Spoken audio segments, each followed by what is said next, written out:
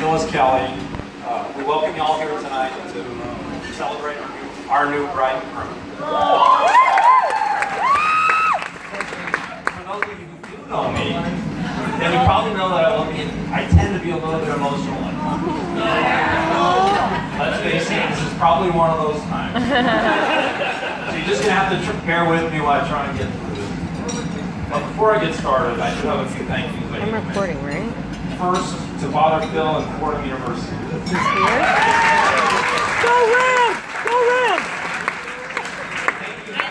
Thank you for not only orchestrating such a beautiful ceremony today, but also for allowing to happen in such a magical place for Johnny and Amie Chase. Fordham is not only where they met and began to fall in love, but also where they each confirmed the importance of their own faith. Living on their own for the first time as independent young adults, they realized that faith and gospel values needed to remain a part of their life. Johnny and Amie Chase found that confirmation in Father Phil's campus ministry program and all things Fordham. The full traditional Catholic Mass and wedding ceremony we celebrated today was very important to them both. Their faith is very important to them both. Thank you, Father Phil. And thank you for allowing them the freedom to express that faith in their own individual way. I mean, who else walks their daughter down the aisle to Christmas? Next to the new leaf staff and all the other vendors here tonight for making this such a wonderful place to celebrate tonight.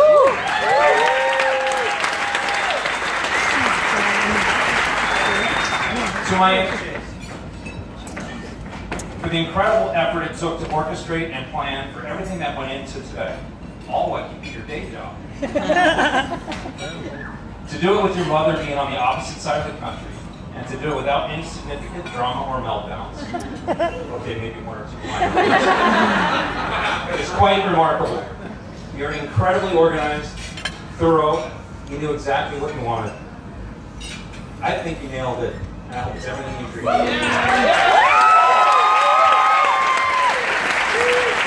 But I also see a lot of yes years in the future, Johnny. But I'm pretty sure you already knew that too. To my own beautiful bride, Lori. Who, by the way, I was lucky enough to marry in an eerily similar ceremony that took place at a small Jesuit university chapel. Go live! Only on the opposite coast, almost 33 years ago to this day.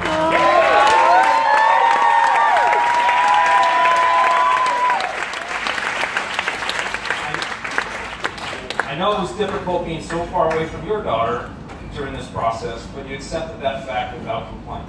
Okay, again, maybe one or two. But you rolled up your sleeves, you took charge, and you made sure everything was on point and on task. And it was, and it is. I love you. And as I know you all can imagine, I had very little to do with the ceremony today. As a matter of fact, in the entire year it's been since Johnny pulled off the magical engagement surprise in the snow, under the Christmas lights, with Christmas music in the background, in the middle of Central Park at this exact time last year. This is really the first time where I get my say. Uninterrupted, without comment, and for as long as I like.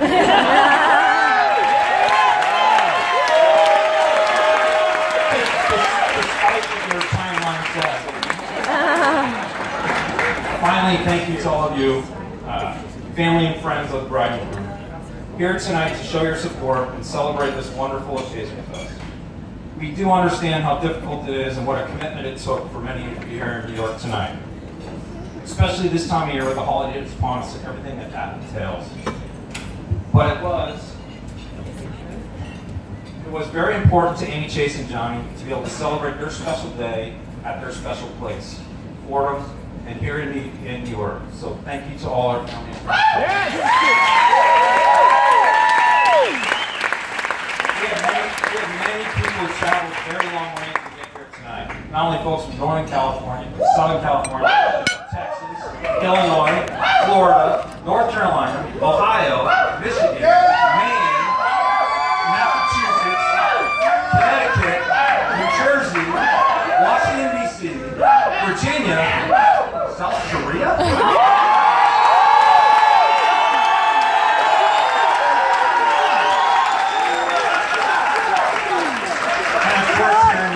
here in New York. Kelley in here too.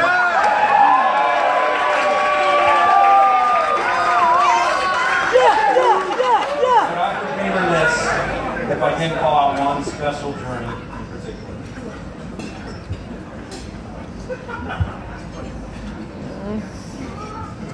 As some of you know, my dad, Amie Chase's grandpa, is fighting ongoing battle with cancer right now.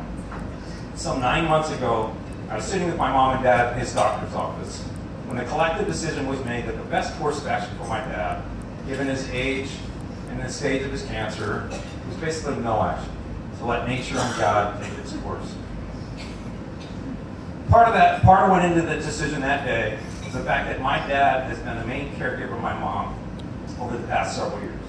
Daily cooking, cleaning, bathing, and every other daily duty has been on him. In many ways, he's been taking care of my mother like that for the last 57 years of their marriage. And cancer was going to win the battle at some point here. He wanted to spend every last day that he had on earth doing what he's always done, taking care of his wife. But to this day, that day, sitting there right in the room with tears in my eyes like I do right now, the doctor told us he probably had 6 months or so left. He looked right at my mom and I, pointed his finger at me and said, "But you know, I'm making it to that damn wedding."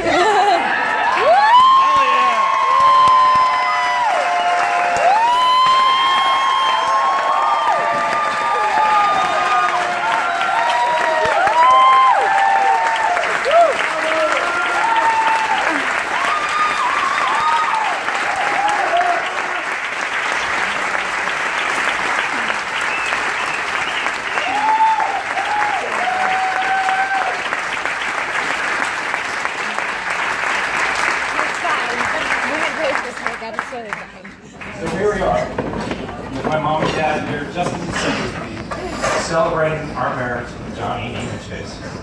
I can't think of a better example of what that love, commitment, and the bond of marriage is really all about. And that you demonstrate it on a daily basis. I love you, Dad.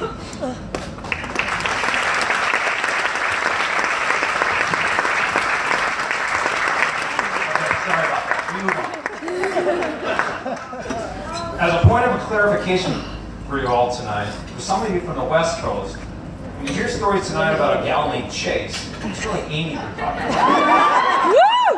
And for those of you from the East Coast, when you hear stories about this gal named Amie, it's really Chase that we're talking about. I don't know, don't ask me. For Johnny, it's always just been Johnny. My Amie Chase has always been quite the personality. Like her mother, she always has this big smile on her face that's quite infectious and can light up the room. She's a people person. She's a loud, non-stop talker. She's always been a bundle of energy, tall and lanky and gangly growing up, not quite as coordinated as her sisters.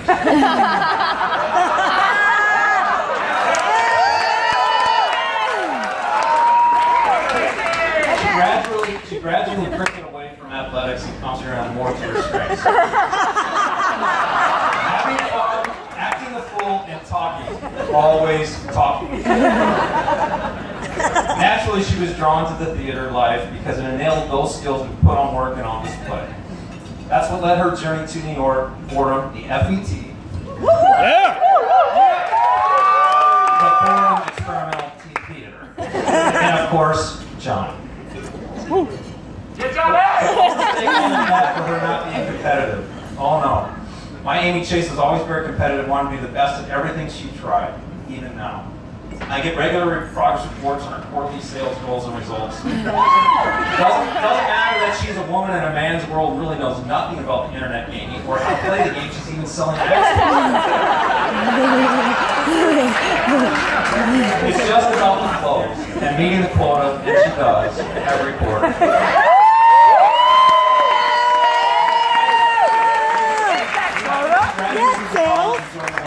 She needed an outlet for all that energy that she used to expend at the FET and in the theater. With that gone now, she needed to find something new.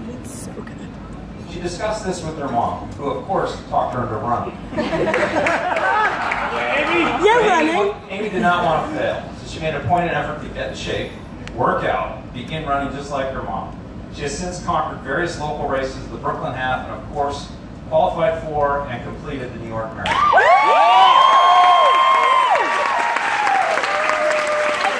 Amie is very confident in her skills. She's smart, she's driven, she's outgoing.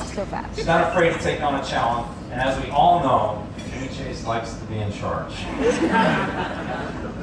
Must be the oldest child, but as the oldest child, she's also fiercely protective of her sisters. When Alex was ready to leave her life in Denver a few years ago, looking for more action and adventure, she decided she wanted to experience the Big Apple.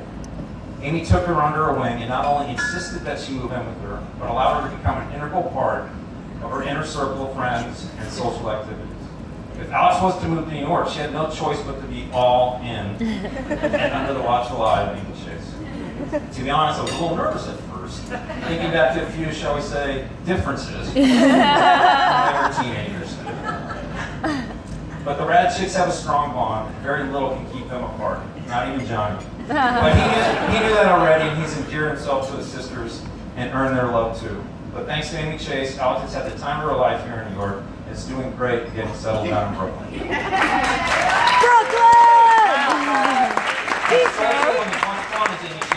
She's also spiritual, compassionate, loving person, and quite frankly, just loves life. When the girls were growing up, or even today, as we sit down every night to dinner, Lori would start a prayer by saying and asking the girls to tell us what they were thankful for that day, or what was the best thing that happened to them that day. With Alex and Ricky, it would be very short, quick answers like, I get to sleep in tomorrow. I don't have practice tonight, or it's game day. Right? With Amie, it was going to take a while. It was some silly thing that she or Megan or Elizabeth did at St. Edward's that made her day, some comical thing that happened at the theater rehearsal at Parmalet that she just had to tell us about. Some themed party she went to Fordham that weekend. With Amie, it was always an experience, an event, never a thing. The problem was that it took longer for Amie to tell us the story than it did the actual event to take place. Our dinners would get cold. Finally, Lori got wise and had to change the rules of race before dinner and picked out only one person. My wife was the best thing that happened today. Not each of them. Not always Amie. For Amie Chase, the love of life is natural. She's not afraid to laugh at herself. She's not afraid to be silly. She's not shy about letting you know how things are going. She's really about having fun. And with Amie, it's an open book. Always shared with family and friends, especially her sisters. If you ask Amie growing up, how was the dance last night? Or did you have fun with Megan last night? How was your weekend? Or how was the show? Whenever you asked her anything like that, it was always, and I mean always, oh, Dad. It was the best. Best day of my life. Or,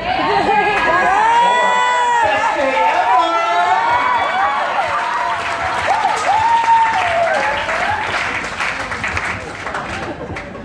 And that is why the centerpiece that you'll see sitting on their cake tonight will be so appropriate. That's how she views life. That's she's out to this day. Today is just another best day ever moment. For me, it's always been a concern that she'd be able to find somebody who not only understood, but appreciated that enthusiasm. Someone who understood that Amie likes to be in charge. Someone who got the fact that Amie always wants to be the participant, not the observer. We had a few trial and errors along the way. A few guys that I actually felt really bad for as Amie forced them to participate in this silly thing or that. But eventually, Johnny B. Kelley. I first met Johnny back in late 2010 when we came back to New York with our friends, the Hoffmans. Yeah,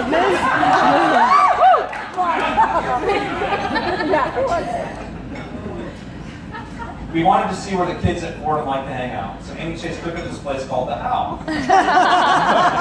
Typical college dive bar. It was great. I loved it.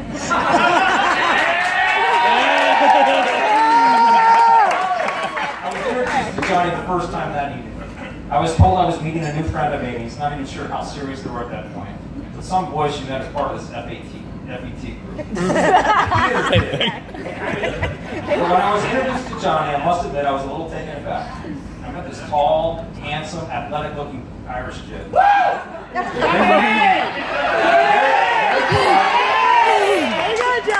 Very polite, polite, very respectful, handled himself very well with adults. He was great. I remember thinking to myself, this will never be. You can't really be a theater geek, can you? No offense to the other theater geeks.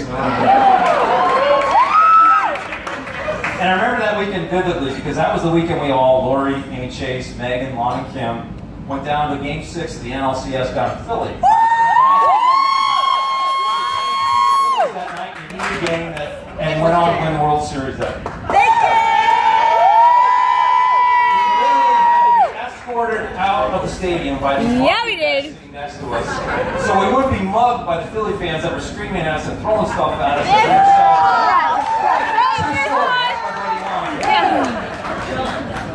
I remember we were talking to Lori after that weekend, saying Johnny and Amy, if together, would never last. These two won't.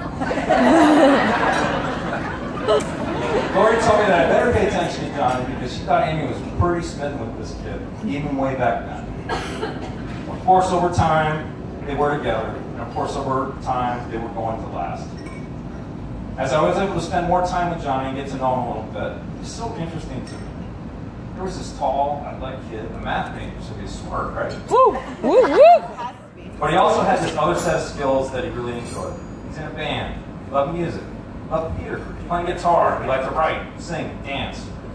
Right after he graduated from college, I came out to see a show that he helped write, Cowboys and Home Sing.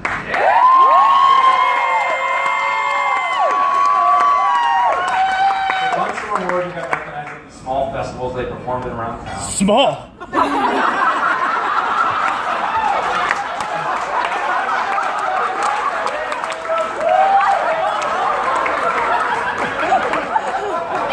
Picked up off-Broadway in a small theater. It was hilarious. Here was this math geek, a theater geek, a music geek, all that.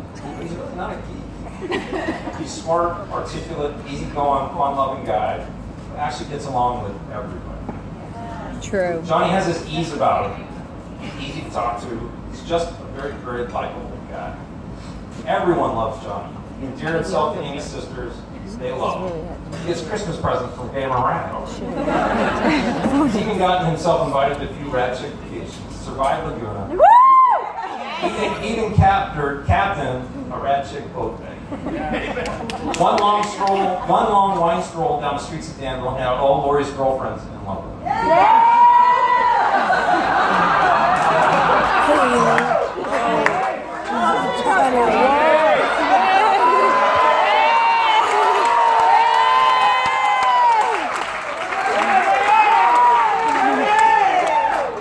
Johnny's day. Quattro, for God's sake. Quattro? Quattro. Yeah, Quattro. You're a dog. As easy as Johnny is, he's also a ton of fun. He's not afraid to sing or dance or make a fool of himself. Not one to shy away from some made-up game, no matter how silly. Not afraid to don a silly costume if it adds to the festive atmosphere. Just ask Johnny or Dennis to try and explain their annual BearCon project. BearCon! Ask for pictures, too. Bugfest. No wonder he and Chase get along so well. He loves life as much as she does. Seeks fun as much as she does. They really have similar personalities. Having known Johnny for a while now, it's clear to me that he adores my daughter.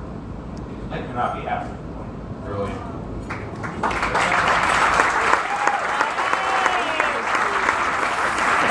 Simplistic with a father's bright speech like this, there's a need to impart some wisdom on the uncovered, some fatherly advice. For as much energy as you guys burn chasing life's fun and adventures, there will be a need at times to recharge the batteries. Most of those times, that need will be readily recognizable in each other. Whether it's a huge nap on a lazy Sunday, a bottle of wine on the table and Netflix on the TV, Hamilton or Christmas carols on the church or the Giants on MLB Network. Yeah. Give each other the time and space needed to recharge. And if those signs are not being recognized by the other, have the courage to ask for the needed time and space to recharge. The bond of marriage is strong. Use it. Rely on it. The strength of two people in a committed, loving marriage is a powerful thing. The gravity of life will pull you in many different directions, both fun and easy, challenging and difficult. rely on each other to help levitate in the direction of your hopes and dreams. Have a plan and go for it. I love you guys.